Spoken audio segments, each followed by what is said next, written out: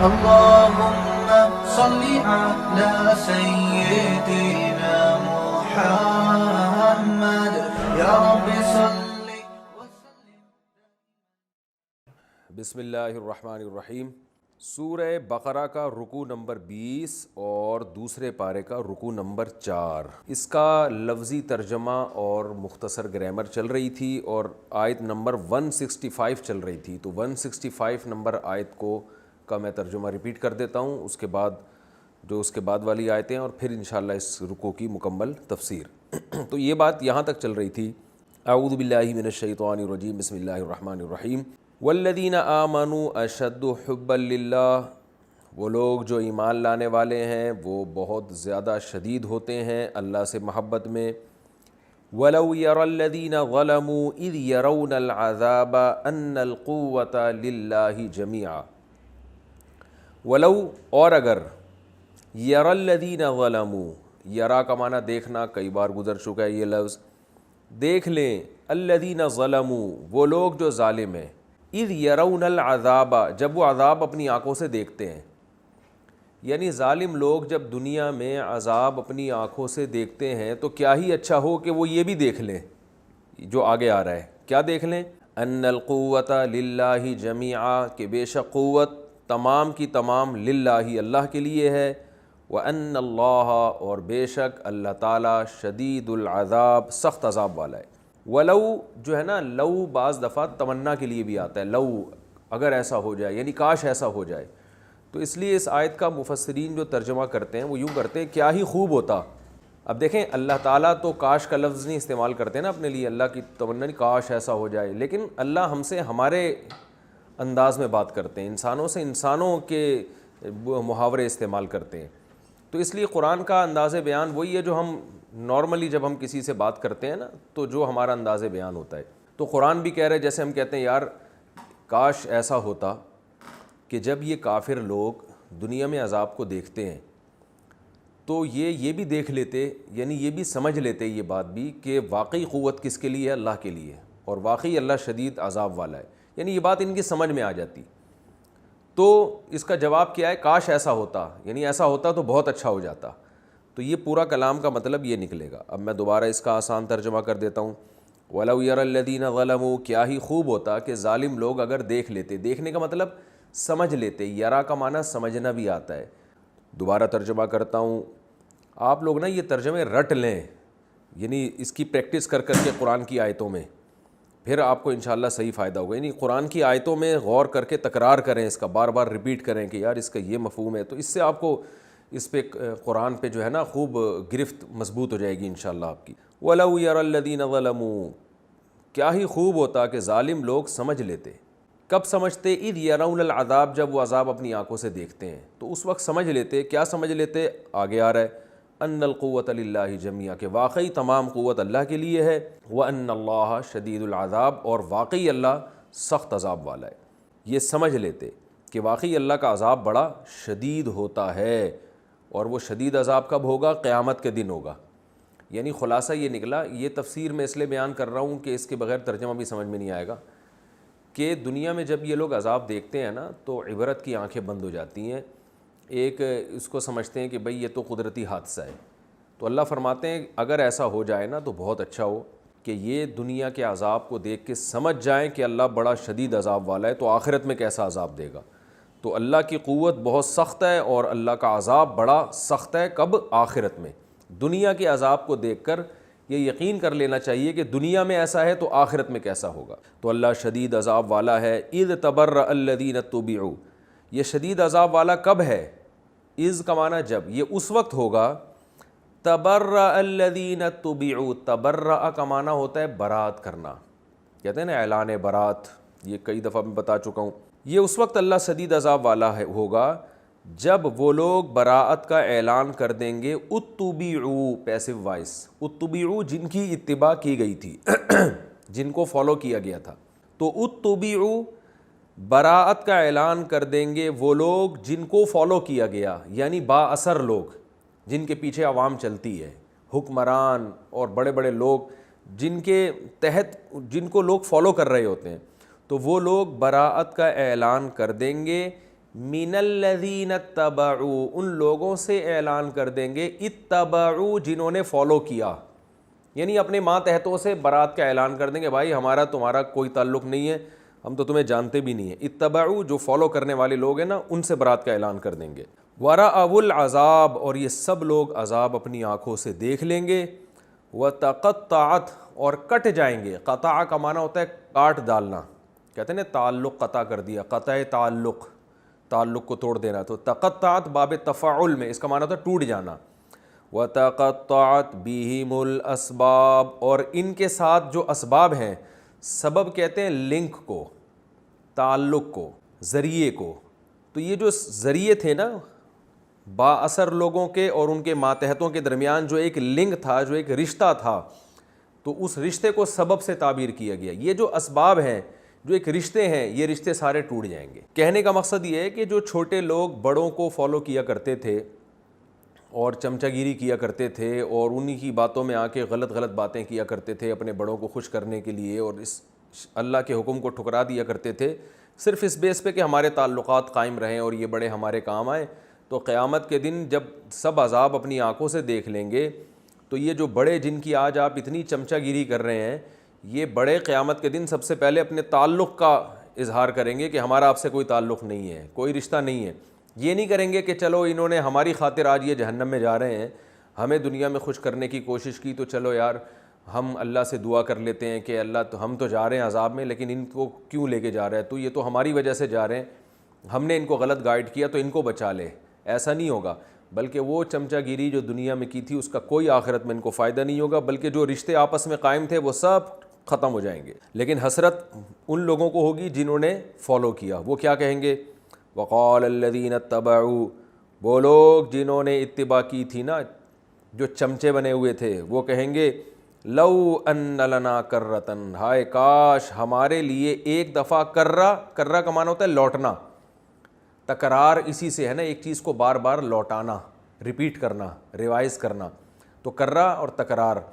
تو لو ان لنا کرۃ، کاش ہمارے لیے ایک دفعہ دنیا میں لوٹنا ہو جائے، فنتبرأ، فا کا معنی تو نتبرأ، ہم بھی برات کا اعلان کریں گے، منہم انہی ان کم بختوں سے، کما تبرؤ منا، جیسے کہ، کما کا معنی جیسے کہ، تبرؤ یہ تبرہ کر رہے ہیں ہم سے، یعنی کاش ایک دفعہ دنیا میں دوبارہ ہم چلے جائیں اور ہم نے جو چمچہ گیری کی انتہا کر دی تھی، ان کی غلامی کی ہم نے، اور انہی کے کہنے میں آ کے اسلام کی مخالفت کرتے رہے، اللہ کے حکموں کو توڑتے رہے، ان بڑوں کو اپنا باپ بنا کے، اور آج کیسے آرام سے یہ اعلان برات کر رہے ہیں، تو کاش دنیا میں ایک دفعہ جائیں اور پھر ہم ان کو ان کی اوقات دکھائیں، اور ہم بھی دنیا میں جا کے ان سے برات کا اعلان کریں۔ جب ہم یہ بلائیں گے نا اپنے کاموں کے لیے، چمچہ گیری کے لیے، تو ہم اس وقت اعلان کریں بھائی تم کون ہو، ہمارا تم سے کوئی تعلق نہیں ہے۔ تو ہم نے تو ساری زندگی ان کو مکھن لگانے میں اور ان کی خاطر ان کی جو ہے نا وہ چاپلوسی میں لگا دی، اور آج دیکھو یہ کمبخت کیسے برات کا اعلان کر رہے ہیں۔ تو اللہ فرماتے ہیں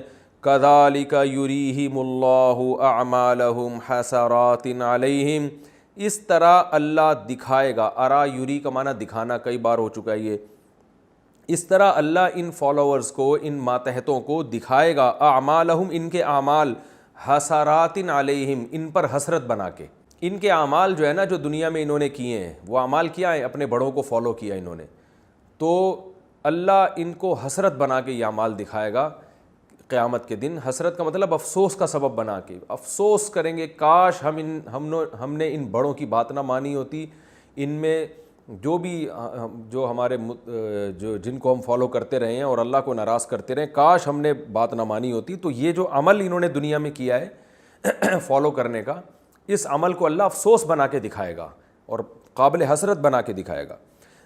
وما ہم بخارجین من النار، اور یہ لوگ خروج کرنے والے نہیں ہوں گے آگ سے، یعنی اس افسوس کا یہ فائدہ نہیں ہوگا کہ اللہ کہے گا کہ چلو اب تمہیں ندامت ہو گئی تو چلو آگ سے نکلو۔ اللہ فرماتے ہیں ایسا نہیں ہوگا، اسی آگ میں پڑے رہیں گے۔ یہ تو اس رکوع کا لفظی ترجمہ تھا اور اس کی مختصر گرامر تھی۔ اب میں انشاءاللہ اس کی مختصر تفسیر بیان کرتا ہوں۔ اس رکوع کو اللہ نے توحید کے دلائل سے، اپنے وجود کے دلائل سے شروع کیا۔ ان فی خلق السماوات والارض، بے شک آسمانوں اور زمین کی پیدائش میں، دن اور رات کے اختلاف میں، اور سمندر میں جو جہاز اور کشتیاں چلتی ہیں لوگوں کے نفع کے لیے، تجارتی سفر ہوتا ہے، اور جو آسمان سے اللہ نے پانی برسایا اور اس پانی سے زمین کو اللہ نے زندہ کر دیا مردہ ہونے کے بعد، اور پھر اس میں ہر طرح کے مخلوق پھیلا دی اللہ نے، اور ہواؤں کے عدلنے بدلنے میں اور آسمان اور زمین کے درمیان جو بادل لٹکے ہوئے، ان تمام چیزوں میں لآیات، بڑی بڑی نشانیاں ہیں، بہت سی نشانیاں ہیں، یہ لقوم یعقلون، ان لوگوں کے لیے جو عقل سے کام لیتے ہیں۔ نشانی کہتے ہیں سائن کو، علامت کو۔ آپ جب کہیں سفر کرتے ہیں تو ایک سائن ہوتا ہے، اس پہ اسپیڈ بریکر بنا ہوا ہوتا ہے، اس سے اندازہ ہو جاتا ہے کہ آگے اسپیڈ بریکر ہے، کیونکہ اسپیڈ بریکر آپ کو نظر نہیں آ رہا تو سائن نظر آتا ہے، سائن کو دیکھ کے آپ اپنی اسپیڈ کم کر لیتے ہو۔ تو یاد رکھیے سائن، علامت، نشانی وہاں لگائی جاتی ہے جہاں اصل چیز آپ کو نظر نہیں آ رہی ہوتی۔ تو چونکہ اللہ ہمیں نظر نہیں آتا، اور جتنے ملحد ہیں، جتنے ایتھیسٹ ہیں، وہ جاہلوں کی طرح ایک ہی بات ریپیٹ کرتے رہتے ہیں کہ اللہ اپنے ہونے کے ثبوت کیوں نہیں دیتا، اور ثبوت سے ان کا مقصد ہے اللہ اپنے آپ کو دکھاتا کیوں نہیں ہے کہ میں ہوں۔ تو یہ جاہلوں والی بات ہے۔ اللہ چونکہ اپنا جلوہ نہیں دکھاتا، اپنے آپ کو دکھاتا نہیں ہے، لہذا اپنے وجود پر اللہ نے علامتیں رکھ دی ہیں اس کائنات میں۔ ان علامتوں سے عقل مند لوگ اللہ تک پہنچتے ہیں۔ تبھی اللہ نے کیا فرمایا آخر میں، لقوم یعقلون، ان لوگوں کے لیے نشانیاں ہیں جو عقل رکھتے ہیں، عقل سے کام لیتے ہیں۔ اس کو کہتے ہیں دلیل عقلی، یعنی عقل کے ذریعے آپ کسی تک پہنچیں۔ تو اسلام آپ کو عقل استعمال کرنے کا حکم دیتا ہے، اور یہ جو ملحد اور ایتھیس لوگ ہیں یہ کیا کہتے ہیں، عقل سے خدا ثابت نہیں ہوتا، حالانکہ عقل ہی سے خدا ثابت ہوتا ہے، خدا کا وجود اگر آپ عقل سے کام لیں۔ تو یہ کیا مطلب، اب یہ کیسے علامتیں ہیں یہ جن سے ہمیں اللہ کے وجود کا اور اللہ کی توحید کا پتہ چلتا ہے کہ بھئی آسمانوں اور زمین کیسے پیدا ہو گئے، خلق السماوات والارض، یہ آسمان زمین پیدا کیسے ہو گئے، اور دن اور رات عدلتے بدلتے کیوں ہیں، رات لمبی دن چھوٹا، پھر دن لمبے رات چھوٹی۔ اس کائنات کے نظام میں جو اختلاف ہے یہ انسانی صحت کے لیے بہت ضروری ہے، زمین پر بسنے والی مخلوق کے لیے ضروری ہے۔ تو اللہ نے دن اور رات میں اختلاف کر دیا جس سے موسم چینج ہو رہے ہیں۔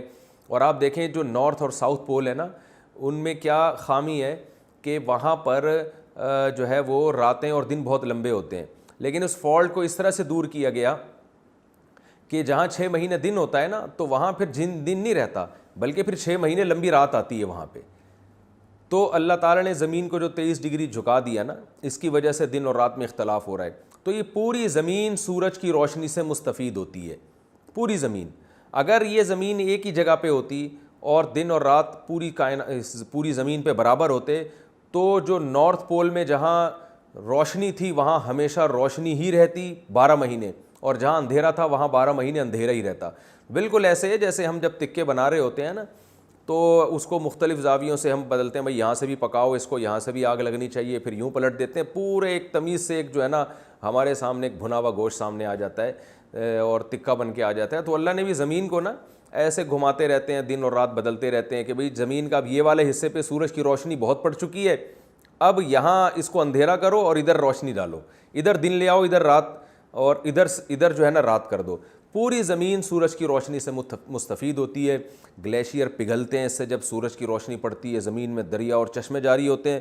تو یہ دن اور رات میں اختلاف کا نظام خود اس بات کی علامت ہے کہ اس کائنات کو کسی نے بنایا ہے، خود سے وجود میں نہیں آئی ہے، اور بنانے والا اکیلا ہے، کیونکہ اگر ایک سے زیادہ ہوتے تو ان کے رائے میں اختلاف ہوتا۔ کہیں بھی دنیا میں 2 سربراہ ایک ملک کے نہیں ہوتے، سارا نظام عالم تباہ و برباد ہو جاتا ہے۔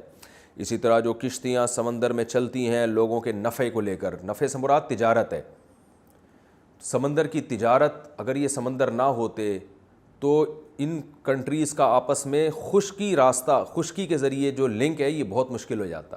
آپ کو پتہ ہے ہوائی جہاز کے ذریعے بہت زیادہ کوانٹٹی میں مال کو ایک ملک سے دوسرے ملک تک پہنچانا یہ اچھا خاصا مشکل کام ہے، اس پہ خرچہ بہت ہوتا ہے۔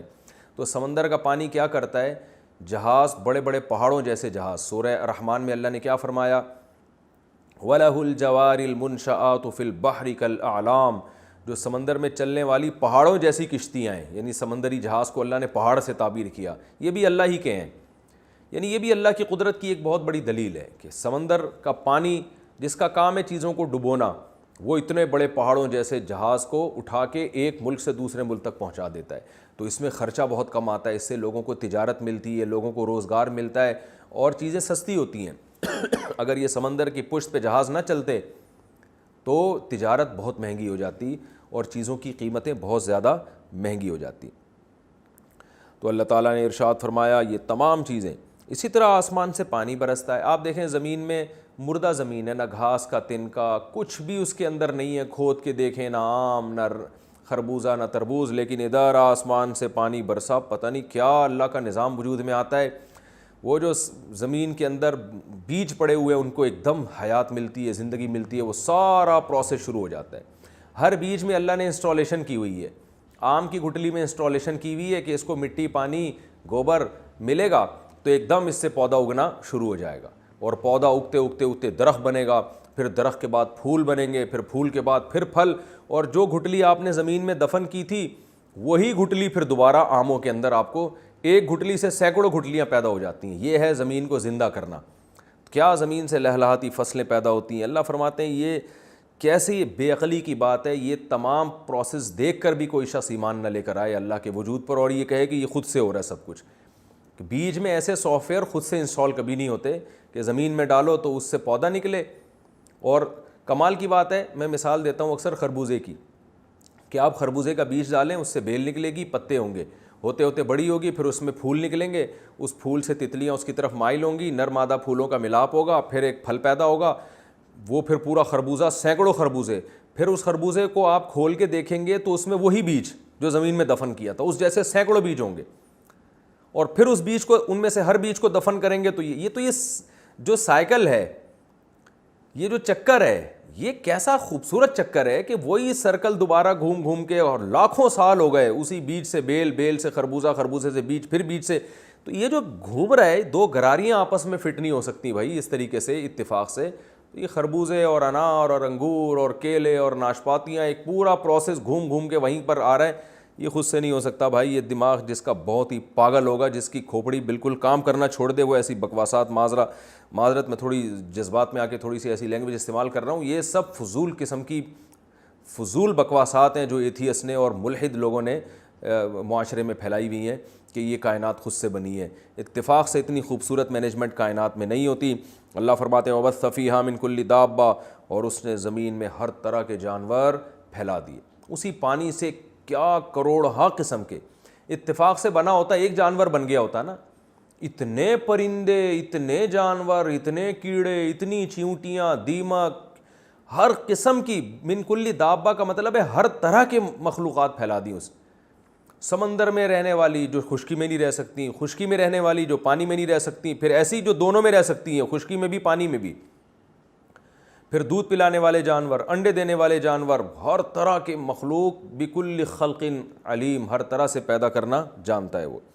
فرمایا اور اسی طرح ہواؤں کا جو نظام ہے، آپ اگر ریسرچ کریں تو آپ کو پتہ چلے گا یہ جو ہوا کا جو نظام ہے نا، سسٹم، یہ بھی اندھا نظام نہیں ہے، بہت زبردست اس میں بھی ایک مینجمنٹ ہے، جس سے ہوا جو ہے نا ایک تناسب سے چلتی ہے، اور ایک تناسب سے اگر ہوا بے لگام ہو جائے تو نظام یہ پوری زمین ویسے ہی تباہ ہو جائے گی۔ اور جو بادلوں کا نظام ہے، یہ تمام چیزوں میں اللہ فرماتے ہیں بڑی نشانیاں ہیں ان لوگوں کے لیے جو عقل سے کام لیتے ہیں۔ اللہ فرماتے ہیں کہ یہ تو وہ لوگ ہیں جو عقل سے کام لیتے ہیں، جو عقل سے کام نہیں لیتے ان کی حالت کیا ہوتی ہے؟ وَمِنَ النَّاسِ، لوگوں میں بعض ایسے ہیں، مَن يَتَّخِذُ مِن دُونِ اللَّهِ أَندَادًا، جو اللہ کو چھوڑ کر ایسے شریکوں کو ٹھہرا لیتے ہیں، يُحِبُّونَهُمْ، پھر ان سے محبت کرتے ہیں، كَحُبِّ اللَّهِ، جیسے اللہ سے محبت کرنی چاہیے، یعنی سارے کام تو اللہ کر رہا ہے، اور یہ کیا کرتے ہیں؟ اللہ کے سوا کوئی معبود ٹھہرا لیتے ہیں، جیسے ہندوؤں نے بتوں کو معبود بنا لیا، ان سے لو لگا لیتے ہیں، عیسائیوں نے حضرت عیسیٰ علیہ السلام کو اللہ کا بیٹا بنا کے ان کو پکارنا شروع کر دیا۔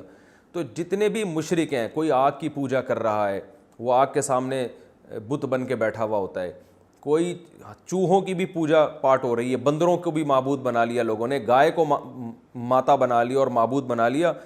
تو اللہ فرماتے ہیں لوگوں میں بہت سے ایسے بھی ہیں جو کیا کرتے ہیں کہ اللہ کو چھوڑ کر اللہ کے لیے شریک ٹھہرا لیتے ہیں، اور ان سے ایسی محبت کرتے ہیں جیسے اللہ سے محبت ہونی چاہیے۔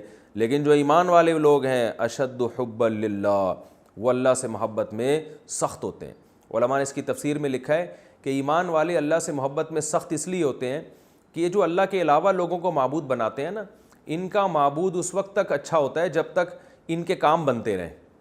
جہاں انہوں نے دیکھا کہ جو جھوٹا معبود ہے, جھوٹا بھگوان ہے, اس کی سیٹنگ آؤٹ ہو رہی ہے, وہ میرے کام نہیں کر رہا, تو یہ اسی کو لاتے مارنا شروع کر دیتے ہیں. اور جب بڑی مصیبت میں پھنستے ہیں سمندر کے طوفان میں, تو اپنے معبودوں کو نہیں پکارتے, پھر یہ اللہ کو پکارتے ہیں. تو مطلب یہ ہے کہ مشرک اپنے معبود کے ساتھ وفا نہیں کرتا, وہ معبود بدلتا بھی رہتا ہے کہ یار یہ والا معبود جو ہے نا, یہ والا بھگوان تو کام ہی نہیں کرنا میرے, تو چلو یہ 50 روپے والے سے کام نہیں ہو رہا, 100 روپے والے پہ ٹرائی کر کے دیکھتے ہیں. جبکہ ایمان والوں کا ایک معبود ہوتا ہے اللہ. اگر اللہ سے دعا مانگ کے دعا قبول ہو رہی ہے تو بھی وہی, دعا بظاہر اگر قبول نہیں ہو رہی اور آپ کے کام نہیں بن رہے تو بھی اللہ ہی ہے. اس لیے اللہ نے فرمایا کہ ایمان والے اللہ سے محبت میں شدید ہوتے ہیں, اور یہ جو مشرک لوگ ہیں یہ اپنے معبودوں سے محبت میں ایسے شدید نہیں ہوتے جیسے ایمان والے اللہ سے. ایمان والے اللہ سے محبت کرتے ہیں چاہے آپ کے کام بن رہے ہوں یا نہ بن رہے ہوں, حالات سازگار ہوں یا حالات ناموافق ہوں, ہر صورت میں وہ اللہ ہی کی عبادت کرتے ہیں. آگے اللہ تعالیٰ فرماتے ہیں یہ جو ظالم لوگ ہیں نا, جو اللہ کو نہیں مانتے یا اللہ کے ساتھ شریک کرتے ہیں, یہ ظالم لوگ جب دنیا کے عذاب کو دیکھتے ہیں, دنیا میں ظاہر ہے آپ نے دیکھا ہے طوفان بھی آتے ہیں, زلزلے بھی آتے ہیں, تو کاش ایسا ہو, کیا ہی خوب ہو کہ جب یہ دنیا کے عذاب کو دیکھیں تو یہ سمجھ جائیں کہ قوت حقیقت میں اللہ کی ہے. آپ نے دیکھا ہوگا جو ملحد لوگ ہیں نا, جب وہ زمین میں آفتیں آتی ہیں تو کہتے ہیں یہ تو نیچر کا ایک حصہ ہے, بس نیچر کہہ کے نا ہر چیز کو نظر انداز کر دیتے ہیں. بھائی نیچر کا حصہ ہے, لیکن یہ نیچر بنائی کس نے؟ اللہ نے بنائی ہے نا, تو یہ اللہ کی طاقت اور قوت کی بھی تو دلیل ہے, اور اس بات کی بھی تو کوئی دلیل ہے کہ یہ دنیا کو قرار نہیں ہے, یہاں کچھ بھی ہو سکتا ہے. تو اللہ فرماتے ہیں کہ کاش ایسا ہو, یعنی یہ کیا ہی خوب ہوگا کہ یہ ظالم لوگ جب دنیا کے عذاب کو دیکھا کریں تو سمجھ جایا کریں کہ قوت صرف اللہ کے پاس ہے اور اللہ تعالیٰ سخت عذاب والا ہے. آج بھی دیکھیں یہ جو کرونا پھیلا ہوا ہے نا, یہ جو سائنس کی ایک لوگوں کے اوپر ایک جو ہے نا اس کے جادو سے متاثر ہوئے ہیں کہ بس ہم نے اتنی ترقی کر لی ہے کہ اب نہ کوئی بیماری ہو سکتی ہے اور اب نہ کوئی مسائل ہو سکتے ہیں.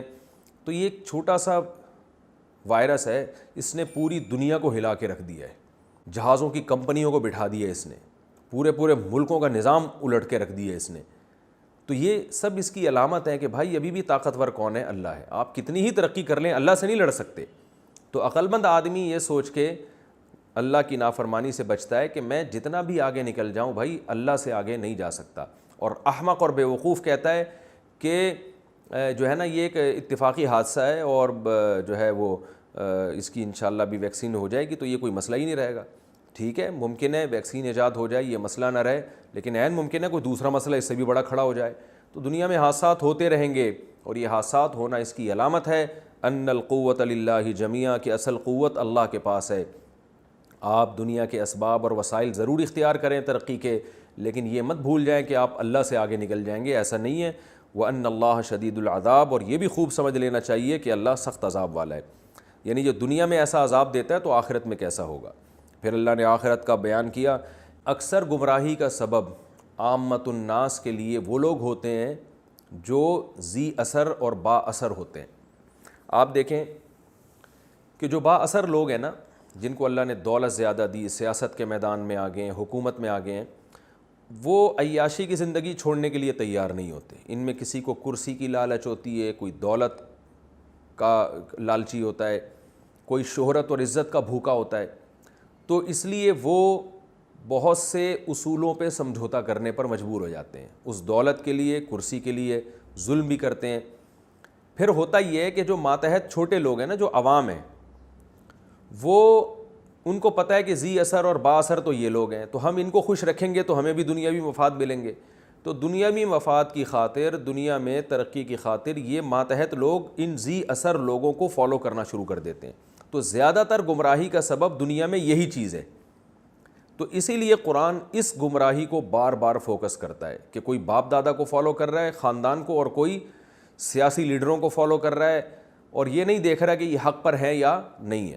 تو اللہ فرماتے ہیں کرتے رہو, قیامت کے دن تم جو فالو کر رہے ہو نا, یہی چیز تم پر حسرت بنا کے پیش کی جائے گی, اور تم انگلیاں منہ میں رکھ کے چباؤ گے اپنے دانتوں کے نیچے, اور افسوس کرو گے کہ کاش ہم نے ان کی چمچا گیری نہ کی ہوتی.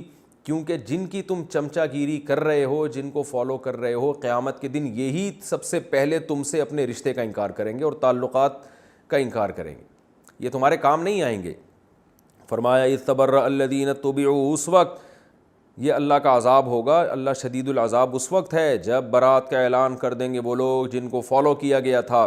کن سے برات کا اعلان کریں گے؟ ان سے اتبعوا جنہوں نے ان کو فالو کیا۔ برات کا مطلب ہوتا ہے، لوگ مجھ سے پوچھتے ہیں یہ برات کا کیا معنی ہے؟ ابھی ایک دفعہ میں نے بیان میں کہیں برات کا لفظ استعمال کیا تو ایک صاحب کہتے ہیں برات تو وہ برات ہوتی ہے جو شادی بیاہ میں، تو یہ برات کا مطلب ہوتا ہے کسی سے لا تعلقی کا اظہار۔ اب لا تعلقی بھی تھوڑا گاڑا لفظ ہے، یعنی یہ کہہ دینا کہ بھائی ہم آپ کو نہیں جانتے، ہمارا آپ سے کوئی تعلق نہیں ہے، کوئی ریلیشن نہیں ہے، اس کو کہتے ہیں برات۔ براءت، اپنے فرما برداروں سے، اپنے فالوور سے براءت کا اعلان کریں گے اور عذاب دیکھ لیں گے اور ان کے درمیان رشتے منقطع ہو جائیں گے۔ لیکن یہ وہ وقت ہوگا کہ جو فالوورز ہیں، متبعین ہیں، اتباع کرنے والے ہیں، وہ کہیں گے کاش ایک دفعہ ہم دنیا میں چلے جائیں اور دنیا میں جا کے دوبارہ وہی منظر قائم ہو جائے، تو پھر دیکھو ہم تمہاری کیسی گت بناتے ہیں۔ ہم نے تو تمہارے چمچہ گیری میں ساری زندگی لگا دی اور آج جب مصیبت آئی ہے تو تم ایسے بن رہے ہو جیسے میں پہچانتے ہی نہیں ہو۔ تو وہ کہیں گے فنتبرأ منہم، ہم بھی ایسے ہی براءت کا اعلان کریں گے، کما تبرؤوا منا، جیسے تم برات کا اعلان کر رہے ہو۔ کذالک یریہم اللہ اعمالہم حسرات علیہم، اللہ فرماتے ہیں دیکھو اس طرح سے اللہ ان کے اعمال کو حسرت بنا کے دکھائے گا اور یہ جہنم کی آگ سے نکلنے والے نہیں ہیں۔ یہ تو اس رکوع کی تفسیر تھی۔ اس رکوع سے ہمیں علمی اسباق کیا ملتے ہیں مختصراً بیان کر دیتا ہوں۔ سب سے پہلے تو اس میں اللہ کے وجود کے دلائل ہیں کہ کائنات میں غور کرنا چاہیے۔ دیکھیں کائنات میں دو طرح سے غور ہوتا ہے، ایک اس کائنات کی حقیقت کو پہچاننا جو سائنسدان غور کرتے ہیں وہ بھی ٹھیک ہے، لیکن ایک اس کائنات پہ اس طرح سے غور کرنا کہ کائنات بنانے والے تک پہنچنا، اس کی محبت دل میں پیدا کرنا۔ تو قرآن ہمیں جس غور کا حکم دے رہا ہے وہ دوسرا والا غور ہے کہ اس کائنات میں غور کر کے بنانے والے تک پہنچو، اس سے محبت کرو، اس کی اطاعت کرو اور اس کا خوف دل میں پیدا کرو۔ تو یہ ہمیں پتہ چلتا ہے۔ دوسری بات ہمیں یہ پتہ چلتی ہے کہ لآیات لقوم یعقلون، اللہ نے فرمایا اس میں نشانی ہے عقل مندوں کے لیے۔ تو یہ جو آج کل کہتے ہیں نا کہ عقل کا استعمال ٹھیک نہیں ہے، تو عقل ہی استعمال کریں گے تو اسلام سمجھ میں آئے گا، بے عقلی سے اسلام سمجھ میں نہیں آتا، عقل سے ہی سمجھ میں آتا ہے اسلام۔ اور دیندار لوگ عقل مند ہوتے ہیں۔ اگر کوئی دیندار ہے اور عقل مند نہیں ہے، بے وقوف ہے، اس کا مطلب وہ دیندار ہی نہیں ہے، کیونکہ اللہ تو فرماتے ہیں عقل مندوں کے لیے یہ ساری باتیں، احمقوں اور بے وقوفوں کے لیے تو قرآن خطاب ہی نہیں کرتا ان سے۔ اب آپ کہیں گے کہ پھر بے وقوف بیچارے کہاں جائیں؟ بے وقوفوں سے مراد ہے جو عقل استعمال نہیں کرتے، وہ بے وقوف مراد ہے۔ اتنی عقل اللہ نے سب کو دی ہوتی ہے کہ وہ استعمال کریں تو آپ حق تک پہنچیں، تو اس لیے عقل کے استعمال کرنے کی بہت شدید ضرورت ہے۔ یہ دوسرے نقطے کی بات پتہ چلتی ہے۔ تیسری بات ہمیں پتہ چلتی ہے کہ ایمان والے اللہ سے محبت میں بہت سخت، تو ہمیں تمام محبتوں پر اللہ کی محبت کو غالب کرنا ہے۔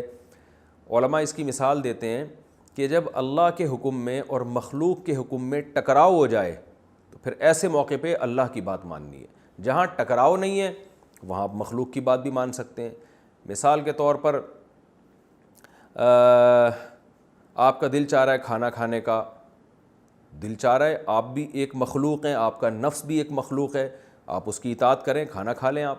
لیکن اگر رمضان کا روزہ ہے اور دن ہے تو اللہ نے آپ کو منع کیا ہوا ہے کھانا کھانے سے، ایسے موقع پہ آپ نے اپنے نفس کی بات نہیں ماننی بلکہ اللہ کی بات ماننی ہے۔ اس کی درجنوں مثالیں ہیں، کیونکہ یہ کوئی بیان نہیں ہے تو میں فوکس کرتا ہوں تفسیر کو، تو اس لیے خود مثالیں سوچیں۔ جہاں اللہ کا اور مخلوق کے حکم کا ٹکراؤ ہوگا، ایک دوسرے کے اپوزٹ ہوں گے، وہاں اللہ کے حکم کو ترجیح دینی ہے۔ اس لیے کہ انسان جب دو محبوبوں سے محبت کرتا ہے تو جب ان دونوں محبوبوں میں ٹکراؤ ہوتا ہے تو جس کی محبت زیادہ ہوتی ہے پھر اس کے حکم کو فالو کرتا ہے وہ۔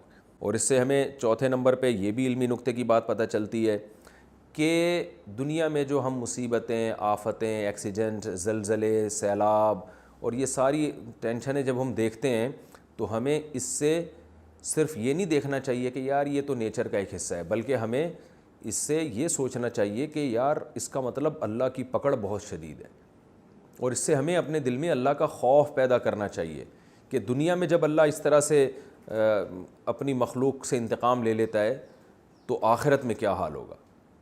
تو ہم لوگ نا بہت زیادہ خوش فہمی میں مبتلا ہوتے ہیں بہت سی چیزوں کے بارے میں کہ بس ایک چیز ہم نے فرض کر لی اللہ غفور الرحیم ہے، یقیناً اللہ غفور الرحیم ہے، لیکن اللہ نے خود قرآن میں کہا میں انتقام لینے والا بھی تو ہوں، غفور الرحیم ان لوگوں کے لیے ہوں جو گناہوں پہ توبہ کرتے ہیں، جو توبہ نہیں کرتے ان کے لیے تو میں انتقام لینے والا ہوں۔ تو انتقام کی صورتیں ہم دنیا میں دیکھتے ہیں، کبھی تو یہ دنیا کے عذاب آتے ہیں درجات کی بلندی کے لیے، لیکن بعض دفعہ اللہ کا عذاب نافرمانی کی وجہ سے بھی آتا ہے۔